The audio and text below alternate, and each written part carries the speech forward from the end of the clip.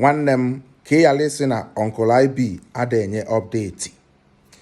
Gbajebe na Wema Bank ichi igo ife na Alibaba ọ na-afịa gị alụ. Ndị Wema Bank Naira Mastercard fa na-akwụzi ụgwọ online ya ka nji n'aka kịta. Iji ebe afọ ịnatafanya ka ị na-atafanya ịgwafasịfa na iche iji a na-eme ihe online. O nwere ihe a na-akpọ card control ha ga-eje set alụ gị ya up ka iwe nwee ike iji a na-akwụ ụgwọ online. Imesịa ya $500 ka ị ga-eyuzu nwu a month.